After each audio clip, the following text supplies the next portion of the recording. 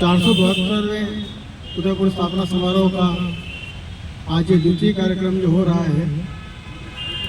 वैसे अपन मेवाड़ में अपन एक ही पे विश्वास करते हैं, इसीलिए हमने 3 प्रोग्राम रखे थे। पर अब कभी कभी क्या होता है सर कि जो नियति को मंजूर होता है वही होता है।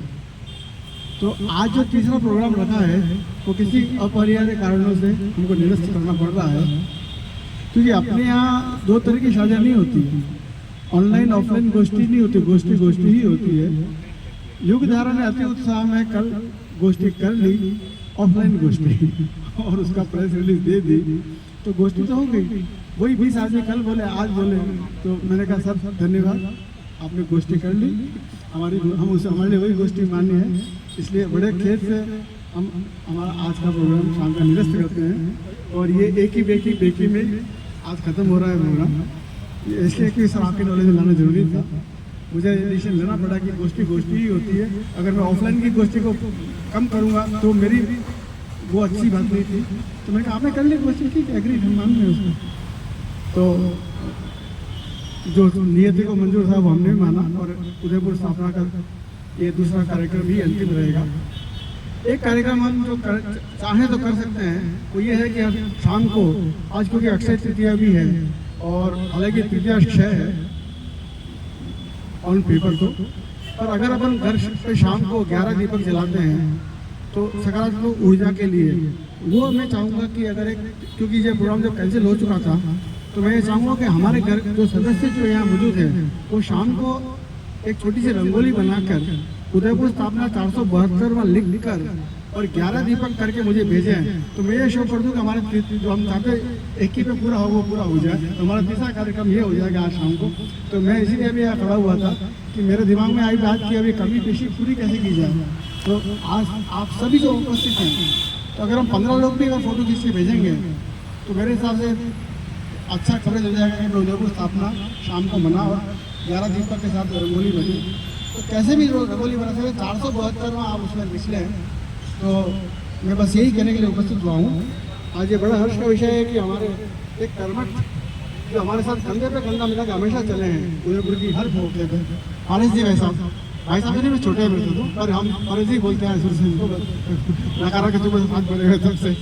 तो ऐसे जुझारू अगर राजनीति में रहेंगे तो उदयपुर का विकास होगा। गए साल आपने जो कहा था सर, जो मेरे को अभी भी याद है, हमारा लक्ष्य वही था कि पूरा हॉल भरेगा। आचार संहिता आ जाने के खातिर हमको लगा कि हम आप अगर अप्रोच करेंगे तो ये राजनीति वाले बिना बात के अपनी टांग खींचेंगे। हम उसको बचाने के लिए हम आपके पास नहीं आए थे, क्योंकि घोषणा बहुत पहले हो चुकी थी। आपने जो कहा था कि आप मेरे पास आना, मैं आपके लिए फंड अरेंज करूँगा, 1,00,000 तो मेरे एक इशारे में मिलते हैं। मेरे को अभी भी याद है, वो आइंदा के लिए ड्यू रहा।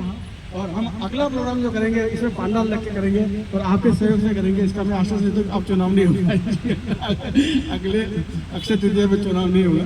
इसलिए आज मैं इस बात से अत्यंत प्रसन्न हूँ कि मेरा लोकजन सेवा का हमेशा यह मकसद रहा है कि मंच समृद्ध रहेगा, तो मैसेज ऐसा जाएगा कि पब्लिक समझेगी कि आज वो भी हुआ है, 3 वाइस चांसलर, 1 डीन, एक उप महापौर और 1 सचिव।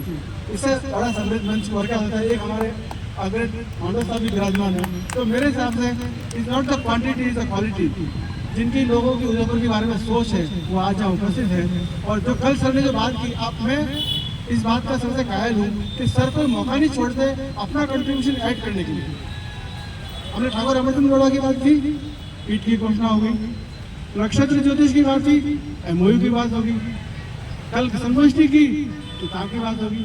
तो मतलब आप इनकी उदारता, इनका विजन देखिए कि कोई भी मौका मिलता है उसको कैसे एक्सपांड किया जाए। हमने बीज बोया उसको पेड़ कैसे बनाया जाए, वो आप में जो क्वालिटी है सर, हम चाहेंगे कि ऐसे समय हो तो कम से कम ऐसे वटवृक्ष खड़े हों कि लगे कि भाई मेवाड़ जो पहले समृद्ध था वैसा वही समृद्ध हो।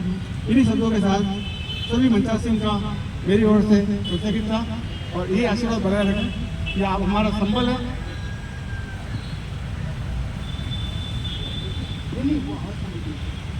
मैं दवे चाहता